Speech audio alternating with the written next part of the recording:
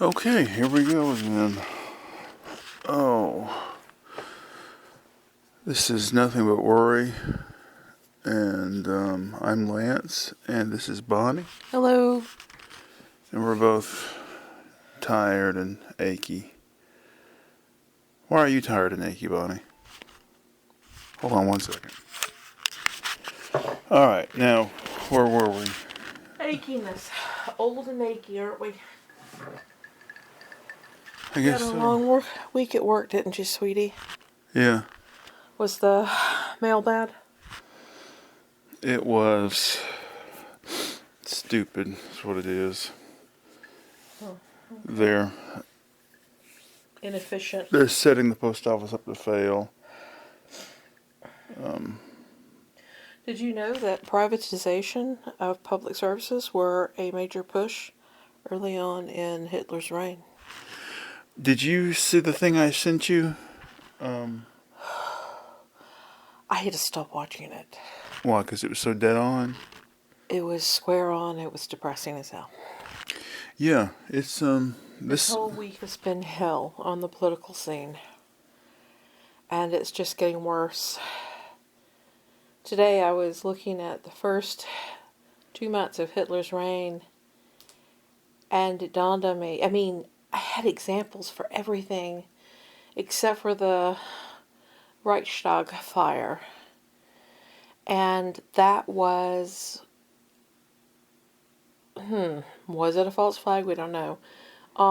That was the impetus for the final gutting of the Weimar Republic's constitution. yeah, this whole thing's been in the works for years, for decades. Yeah, And second of all, 2025. second of all, yeah, they're going to get everything in place except for the last piece, and then they're going to orchestrate some calamity, catastrophe, national emergency, and go, okay, martial law has been declared, the Constitution has been suspended, your civil rights have been suspended, just until we get things squared away. And then my parody article I wrote a couple weeks ago about Trump being declared dictator perpetuo will come true. And you'll be forced to take your, if you're an employee, especially a government employee, you'll be forced to take your paycheck in the form of Trump coin or some other crypto, and if you're not a Christian, you'll be a second-class citizen. Yeah, in just the last 24 hours, there was the prayer breakfast. And then he signed an executive order telling Pam Bondi to investigate persecution against Christians. There is no persecution against Christians. Persecution will be defined as them not getting their way. Exactly. Or them being criticized because what they are proposing and supposedly backing with their religious beliefs are such absurd and horrific ideas that they'll claim, oh, you're persecuting us. You're supposed to let us be hate-filled. You're going to see, when it gets really bad, you're going to see Jimmy Kimmel and Stephen Colbert and Seth Meyers and The Daily Show all shut down in the name of national order. Well, a couple of weeks ago, Trump got so pissed off at Seth Meyers' commentary and jokes about him, he contacted Comcast and told them, you need to rein him in. What the fuck? And now, CBS is being threatened with lawsuits because they did what anybody does when you air an interview, you edit it. They presented an edited interview with Kamala Harris because, you've only got so much time on TV. And, so this is all leading up to a merger deal so that it's proposed that perhaps Larry Ellison's going to buy CBS.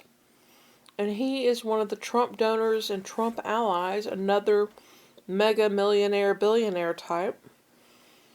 Oracle is his company.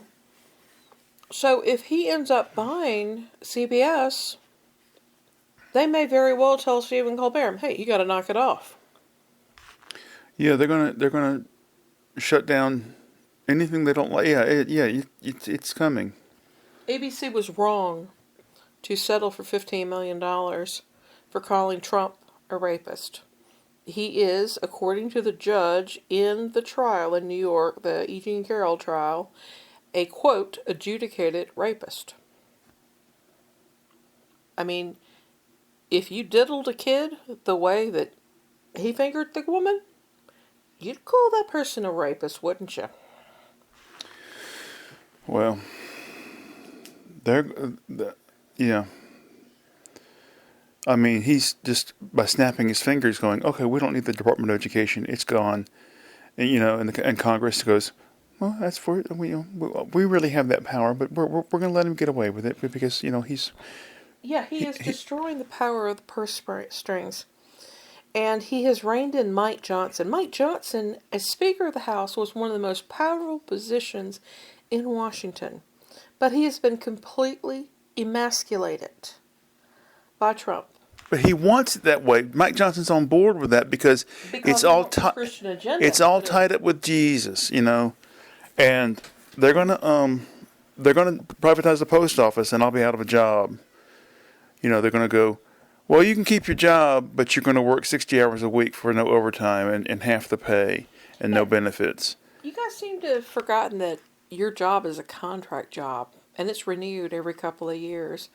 And it's like this perpetual cycle of being in negotiations for the next contract. What happens when they go, we're not renewing any contracts, we don't honor any existing contracts, we're not going to be establishing any new contracts? You have zero bargaining power. And, Look what happened with the inspectors general. 5 of the inspectors general that were fired had investigations ongoing about Elon Musk and his companies. It was anything from the pollution caused by his rockets going off.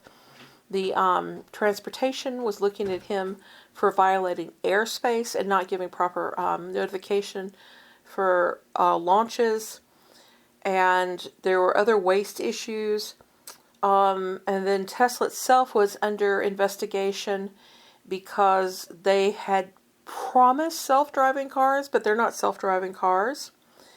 And then there were safety issues involved with those, things that should have been recalled, and any other car probably would have been pulled off the market with all the crap that's been going on. So, and Elon has gone, oh, these people who were in charge of these investigations of me, they're gone, they're gone. It's corruption. It's absolute corruption at the highest level. It's authoritarianism. It's dictatorship. And, And there's nothing you and I can do. And it's so frustrating to sit back and watch everything be dismantled.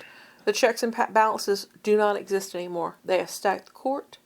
There's a majority of Republicans in Congress, and they just bend over and let them do whatever they want. And the American people don't realize, 30 to 45% of the American people go along with it because they're absolutely, totally enthralled to religion. I saw a poll that said half the American people approve of gutting the U.S. government. You wait until you can't get services you need. You're going to find out just how happy you are that it's been gutted.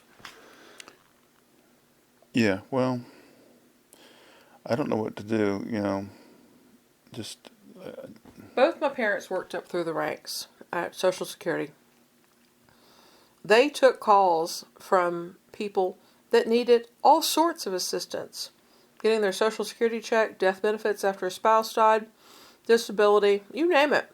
They dealt with people every single day on the phone for years while they were part of the public face before they moved out. Both of my parents worked for the post office and retired with good retirement plans.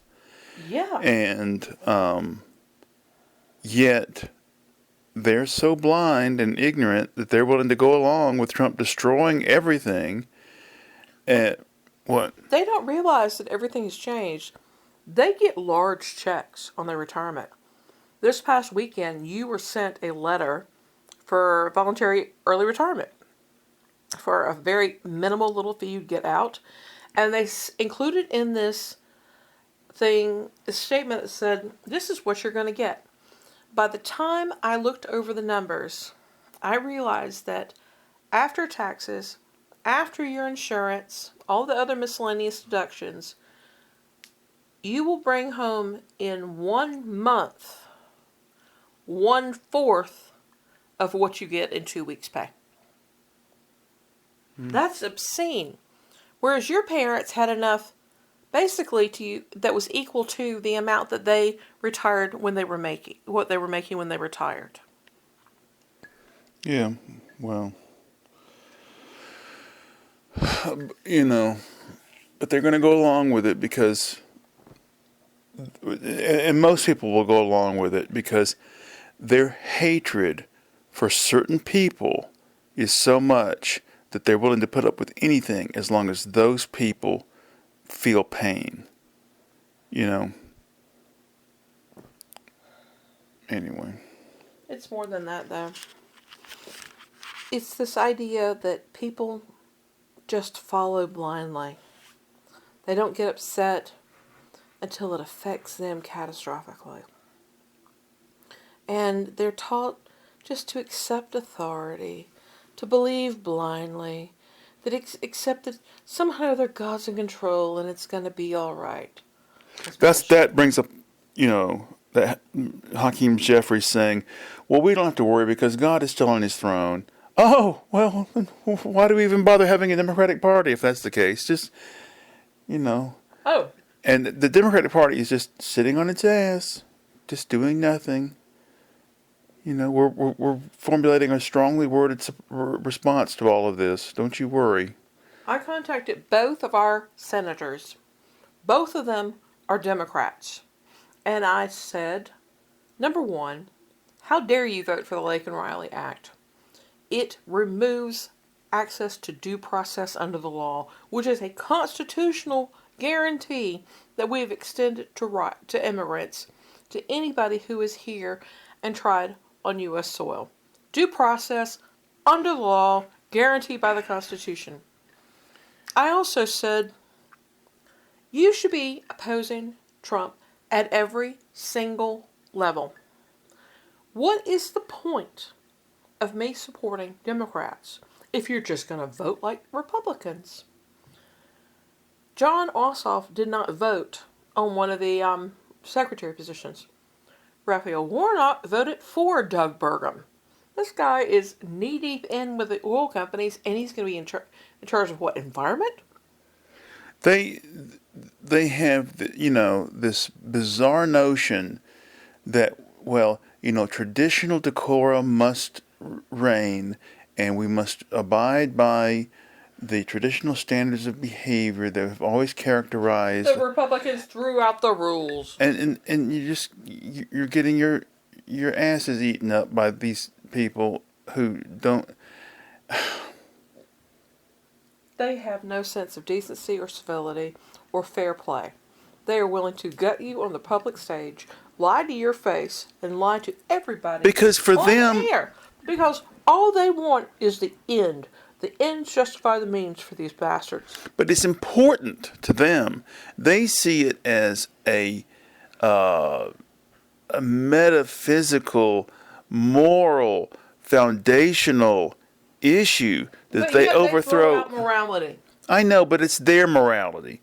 But for the Democrats, it's like, it's business as usual. Politics, we'll be nice to them, and eventually, I think he's learned his lesson, and so. Last night we watched an interview with Michael Steele, the former head of the RNC, and he's now a Republican in name only, basically. And he said his idea was they are throwing everything out the window. They are gutting agencies, slashing budgets, so that in a couple months, in March, when the current continuing resolution on the budget expires, they're forced to look at the budget again. They're going to offer that tax cut again to the rich. They want to be able to pay for it off the backs of Social Security, Medicaid, food stamps, National Weather Service, you name it. Yeah, and the average American's going to go, well, they're billionaires. They deserve to not be taxed. They're talking about eliminating the Department of Education. 16% of our funding for education here in the state of Georgia comes from federal coffers. But 16%. they don't Where want. are we going to make up for that? I'll tell you where we're going to make up for it. In our school taxes. We are taxed at two different levels at county level. We've got a county tax, we've got a school tax. And it's based on the value of our home. And if that 16% has to be made up, then they're going to be pulling it out of our taxes. It's going to affect all the little people. The Christian parents don't want their children educated. You know, we can teach God them. forbid they think for themselves. You know, God forbid they question authority. science has only destroyed our traditional belief in Jesus. So we don't need science. One of the things about the National Oceanographic and Atmospheric Administration, NOAA, is that they promote the science that is climate change because it is an ongoing phenomenon which is affecting our ever-changing weather. And in Project 2025, it specifies defunding NOAA completely, destroying the department. And it isn't just a matter of taking the data and selling it and privatizing that data and making everybody pay for access to the weather. It's more than that. They want to control the information. One thing they've been doing for the last couple of weeks is taking information offline. One of the first things they did was remove the Constitution from the government site. That was devastating. Today, the CDC has removed its links about contraception. On the page is a yellow banner that said, the information here has been temporarily removed so that we can come into compliance with President Trump's executive orders. So we're going to have this guy who can't even understand basic economics, who doesn't understand about social distancing, safety of wearing masks, vaccines, virus transmission.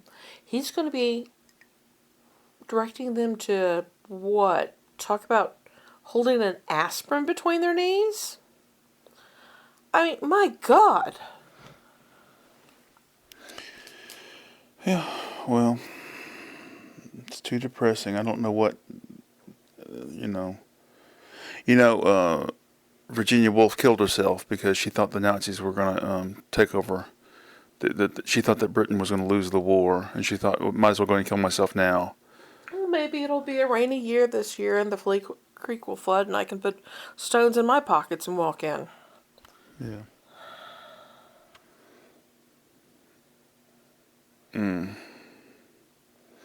But they had cool uniforms, so we must idolize them and, Oh, and that lovely salute. Yeah. You know, that Nazi salute that Elon did. It's like, the appeal of the Boy Scouts when you're little. It's, you get to wear a uniform, and it's a bunch of guys together, and it's this whole join up together as a group mentality. And then your scout leader from Bolin Bonded exterminating is a fucking pedophile. Yeah, they're just there to fuck you up the ass, and that's all that matters in the end for these bastards. And George W. Bush said nothing during the campaign. He sat there grunting like a fucking stoned idiot during the fucking inauguration. He was so popular with the Republican base, and I think that he got used to that, and so he didn't want to speak out against Trump because he didn't want to jeopardize any lingering feelings of positivity associated with him. Do you remember after he left office and Obama took over, there was this trend for having bumper stickers that said, "Miss me yet?" Yeah. I'm thinking that maybe there should be a resurgence of those W stickers. It says "Miss me yet?" and then at the bottom say 2025. If they allow Trump to run for a third term, to be honest, our only hope would be to draft Obama, to say, well, he gets to run a third term, so should Obama. Interesting you mentioned that. The Tennessee congressman who proposed that said that there should be a caveat on the bill that removes that admonition from 2 terms. And it should say that you may not serve you may not serve a third term if you had 2 consecutive terms. Yeah. So it would exclude Obama but allow Trump to run. Well, then draft George W. Bush. Say, I'm sorry, but I know that you're a Republican, but you're going to have to run against Trump. Because at least he would have decency. He has respect for the traditional institutions of government. But I suspect that he may be suffering old man syndrome. There's this tendency for Christians, the older they get, the more fearful they get of the grave. Is it possible that he's going to be even more of an evangelical Christian this next time around? I think that he never really cared. I think he just ran because he wanted to get some sort of vengeance for his dad. I think that's really what it boils down to. It may have been fulfilling some sort of family obligation, etc. His idiot brother stumbled over his own feet, literally. As for his Christianity, he was one of those alcoholics that needed a crutch, and he used the Jesus crutch. He fell for it. So I think he may be one of those born agains. Well, yeah, but I think that he's probably gotten more religious as he's gotten I don't know about that. He hasn't been. If that was the case, then he would have been rah Trump. Not necessarily. Well, Let's face it. I don't think they're going to let Trump run again because number one, he's going to be totally batshit bonkers by the end of the time this is over. And Prime Minister. But who are the Democrats going to run? It's going to have to be somebody. I don't see that happening. It's going to have to be somebody like Oprah, somebody that's just a name already. It's going to have to be. What, we're going to run our own President Camacho? Come on. No, it's going to have to be somebody like that because who are they going to run? It's going to have to be somebody young, because this old people cabal that's running the Democratic Party right now has got to go. The gerontocracy, yeah, absolutely. Chuck Schumer, we're rah everybody. Repeat with me, rah. I want to bitch slap Nancy Pelosi. I mean, what she did against AOC, keeping her off that committee for a guy that's older than fucking Trump. That's ridiculous. AOC has really been shining lately. We're going to have term limits because these people get in there and it's just a perpetual motion machine until they die. Oh my God. Things got bad under Trump 1.0. And I don't think that you really followed it much at the time. Peter and I did, but there was a large Antifa presence in Seattle. So much so that the federal building in Seattle was under siege. They had troops out, they had concertina wire around the building, and the protesters were shooting fireworks into the building and on the grounds in an attempt to disrupt things. And the protests went on for weeks and months.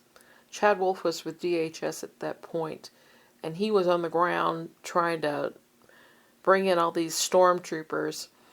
They famously took pictures of these men in black. These were geared up police armed response. None of the people had the traditional Velcro badges on any of their gear. There were no name tags. They put on full riot gear, helmets. They put masks on their face so that they couldn't be identified and doxxed.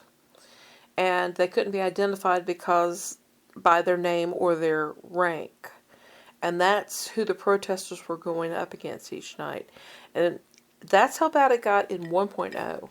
As fast as Trump 2.0 is moving, there's going to be uprisings. I'll be right back. I gotta do something. I didn't get all my sleep today. I'm sorry, babe.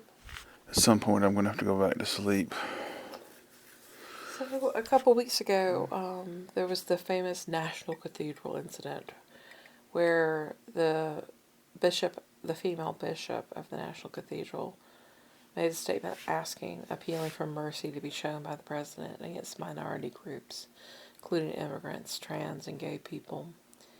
Come to find out, she was also the person who stood up against Trump in round 1.0 when he sent troops out to disperse a peaceful BLM march. It was the one that ended up with him walking through the street with a Bible held upside down in his hand. And for a photo op, she is the one who criticized him for using the Bible as a prop when these people were gathered peacefully, asking for their civil liberties to be honored. You know, he is as dumb as a post, but he has enough understanding of the American psychology that he knows, well, if I go out there and hold up a Bible, they will just eat it up. They will go, oh my God, what a godly man. It's just that they're that stupid. So one of the criticisms against the bishop from the National Cathedral is she's a woman and women aren't supposed to speak in church. They're not supposed to be leaders. After the executive order yesterday asking Pam Bondi at Department of Justice to look into Christian persecution as perpetuated by the U.S. government in American society, he also appointed that blonde-haired bimbo preacher that has been in his circles for 10 years now, laying on of hands. She's one of those TV preachers. Mm-hmm. She's got big hair and stuff. Okay. So he's appointed her to work in the White House as his, I don't know if it was religion czar or some other kind of nonsensical post. Now, I just saw what you had up on the computer screen in there, that they're firing the commandant of the Coast Guard. Are they doing it because she's a woman? I believe she's trans or gay or both or something. They fired her and they gave her 3 hours to get out of her house.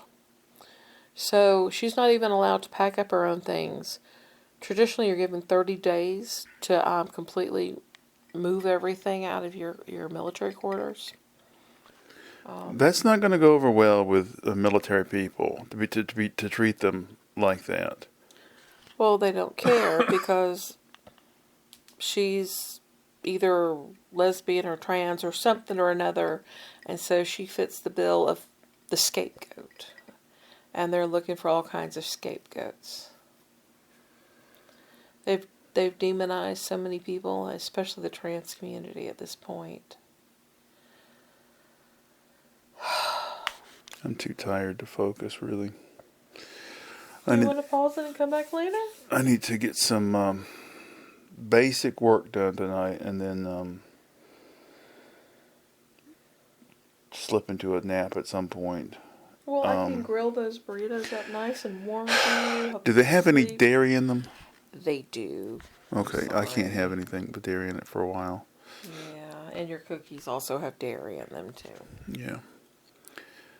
I'm sorry. I got to go out tomorrow to Trader Joe's and get some of those peanut butter pretzels. Ooh. Oh, I don't know if I want to return these UGA books or not. Oh, I looked through those. I bookmarked one. Looks like your sister's husband. One of the sketches. Yeah, he's kind of got that thinning hair on top and the oversized Well, forehead. you said you didn't like his political stuff, but Oh no. this stuff is. I read something. They were talking about Jules Pfeiffer's Oh, I early. thought you were talking about Chuck and his politics. Your sister's. He said that his main theme was relations between men and women, and See, even looking over those today, I flipped through the book. I wasn't that impressed with him. It was honestly, it kind of reminded me of the early Woody Allen movies. That whole relationship dynamic. well, I there. think, but that to me, that's an insight into the way that men and women related in that Time early period, I '60s know. period. Just, I thought you'd like it. it's one of those things just hasn't aged well. I think it's aged very well. Okay. The movie 9 to 5.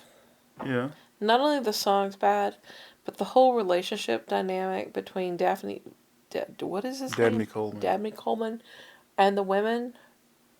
It's cringing. It feels that way with this book. It feels that way if I try to go back and watch scenes from an early Woody Allen movie or anything with Woody Allen in it. Because it just makes me cringe now. Whereas before I could watch them with you, but none of it's aged well. I think what now? I was trying to watch old movies a while back, and I had The Abyss on. Oh God, that was a terrible movie. It's terrible. And there's an estranged couple that come up in the first 10-15 minutes, and they automatically start with these cliches of bickering back and forth, and I just went, click, off. When I went to see that at the theater, and it's one of these movies where you have a cast of quirky characters, and they want to make them immediately endearing to you. So they have them say things that are it's like the puppet version of a human being. And it just irritated me right off the bat. And then that cheap plastic alien city rising from the depths at the end. I just thought, oh my God. Was the guy who was in Terminator Sarah Connor's love interest? Yeah, he was was in it? he was the Okay. Green Beret or whatever that goes nuts from pressure sickness. Oh Lord. Ed Harris and whatever her name was. Yeah, she was the one that showed her tits in The Color of Money. That's what you remember about That's it. what I remember about it Right. because she's topless. She sort of stands topless where Paul Newman can see her in the movie. It's sort of like, maybe I'm coming on to you, maybe not. But when I went to see it, I saw that at the movies on a date. Ugh. And I just thought, her breasts aren't really that great, so it's not that titillating. It's sort of like, Titillating, you say tit? oh, I hated that movie. It was just such a downer. It was such a throwback to 70s downer movies. But Tom Cruise got to work with Paul Newman, so another feather in his cap. Ding! I hated Tom Cruise from the first time I ever saw him. He was in Taps, which was on TV one night, and Timothy Hutton was the star. It's one of those movies where you hate the people in it. Yeah, and Tom Cruise was the one who was crazy, and he was going to be loyal to George C. Scott till the very end, and he was nuts up in his little room shooting the gun or whatever. And I just hated him, and I've hated him ever since. Whereas I, on the other hand, think that he's a really good actor. I saw him in a lot of things. Sure, I saw Risky Business and Top Gun. Like all people. Never seen Risky Business ever in my life. Saw it at the Tate movie theater after it had already been released. Hate that song. Hate I hate Bob. I was thinking about Bob Seger today. I was thinking, I hate Bob Seger, but I hate George Thorogood even more. Oh man, it's like what Randy Newman songs too. I like Randy Newman okay. I don't like his songs. They're just all so cheesy and lame. Um, Now, I like Tom Cruise because I saw him in those early movies, and then I saw Born on the 4th of July and something else, and I realized how versatile and how good and how convincing he was as an actor. And then he hit that point where he was doing some sci-fi, carried that off really well, and then he did the Mission Impossible movies, which are the perfect big dumb summer movies, full of action and special effects, and they're perfect for big box offices. And he just played the role really well, and he pulled off action hero really well. I think the only thing I've seen him in that wasn't an action hero that what he was good at was Jack Reacher. It was so completely unbelievable. Because there's a certain expectation you have when somebody goes up against a big guy. They better be damn clever and misses hits all the blows. And Tom Cruise was given as good as he got. It was completely unbelievable. That was just a bad role. But the Mission Impossible, he did good in those. I think he's a good actor. I think he's a lousy person. I think he's crazy for Scientology, and he's just plain out weird. you know, if the Christians get their way under Trump, they logically should persecute Scientology. And if that happens, you're going to see a big pushback from the nuts in Hollywood. That reminds me of a couple things. The Russians have managed to push Scientology out of their country. Germany has too. And that reminds me of a little thing I saw. Russia forced USAID out of the country completely because they saw it as U.S. propaganda. Mm-hmm. And here Trump is shutting down USAID completely today. He says, that's it, it's dissolved. And yeah, the thing about and yet they were created by Kennedy as a propaganda tool to promote the U.S. through good works. but And so the response has been places like China are now going to step into the void that's being left behind by USAID projects. But the thing, what Michael Steele said about the real reason why they're doing all this is so they can justify giving the rich Extending more tax breaks cuts. is spot on. It has nothing to do with philosophical differences. It has nothing to do with some libertarian ideal of government doing nothing. It has to do with, well, we're spending too much money over here. We want to give the billionaires more tax breaks, but we know it'll knock a hole in the budget more. So we've got to justify it by well, we saved $3 trillion by not giving any services. So What may be more devastating is they're planning to bring down the overall tax rate for corporations to 15%. That will be the max. Now, mind you, places like GE, Tesla, other big companies are already paying $0 because at their current tax rate, they're able to utilize loopholes and other tax breaks and write-offs, etc. So they bring down the actual amount they pay to $0. I mean, look, Trump paid, what, $750 one year? He bragged about it.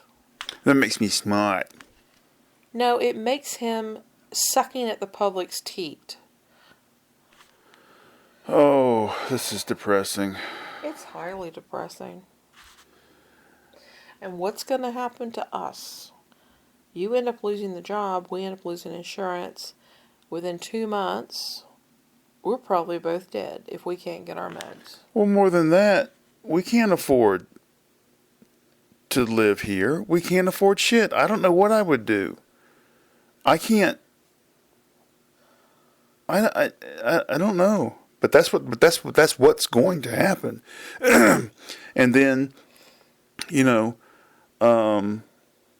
try getting any sympathy out of my sister after that. Well, Zero. You should have got a nursing degree like I did. Yeah, that's galling. She is unvaccinated and she is working in a surgical ward in a Montana hospital. That's Because out in insane. Montana, they believe in faith healing, you know, or, well, you wouldn't have gotten sick if you weren't a bad person. Yeah, Peter had to submit his vaccine records for the job when he went in. Reed did too, so. When I picked up my prescription today, the woman asked me, or was I interested in getting the flu shot, some other shot? You got that just a couple months ago. Okay, so I did. Yeah. What about the shingles shot?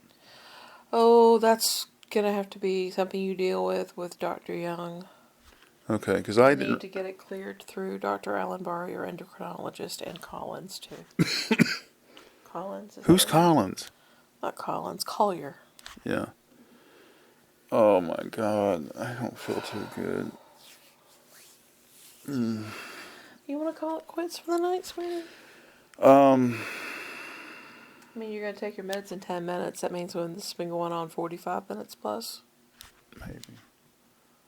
All right. Trying to think if there's anything else less depressing to talk about, but I can't really think of anything at the moment. I used to say that, well, if they decided to privatize the post office, I really wouldn't have to worry about it because it would take years. It would be a long process.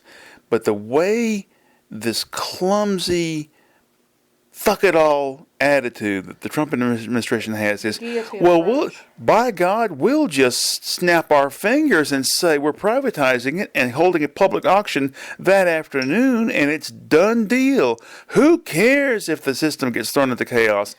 That's For the all attitude. We know, people like Jeff Bezos is already negotiating for what. Oh, I'm sure Louis DeJoy is already putting together a bid package to have XPO. do it. They'll do it the same way they did with Ma Bell. They'll break it up into regional post offices.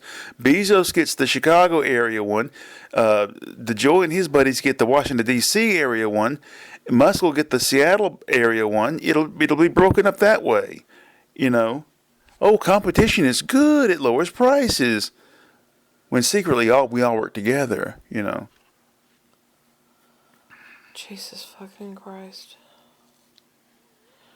I called my dad. I really respect him. And I told him about our fears going forward. And he said, oh, they can't do away with the post office. That's a nice thought, Dad, but we really don't know. We didn't expect entire departments to be on the chopping block. I said, they've been talking about privatization forever and a day. And I said, what are your recommendations? Do we just pay ahead a couple of months and everything? He goes, no, you save, you save, you save. Every cent you can get, you save. So that's what we're doing. We did our last big shopping this past week. I've got a 4-month supply of food in the house. We'll have to have some fresh things brought in, you know, for miscellaneous veg and milk and things like that, but we can survive off dry goods for several months. But at some point or another, shit's gonna hit the fan. Yeah. Okay. Well, I think that's about it. I'll pick an appropriately depressing picture to go with this episode. And You have a picture of a dead possum. a skunk eating another skunk. Oh, God. Yeah, the skunks hit the house again this week. I kill those little bastards. All right, I'm going to call it quits now. So that's it. Bye. Bye.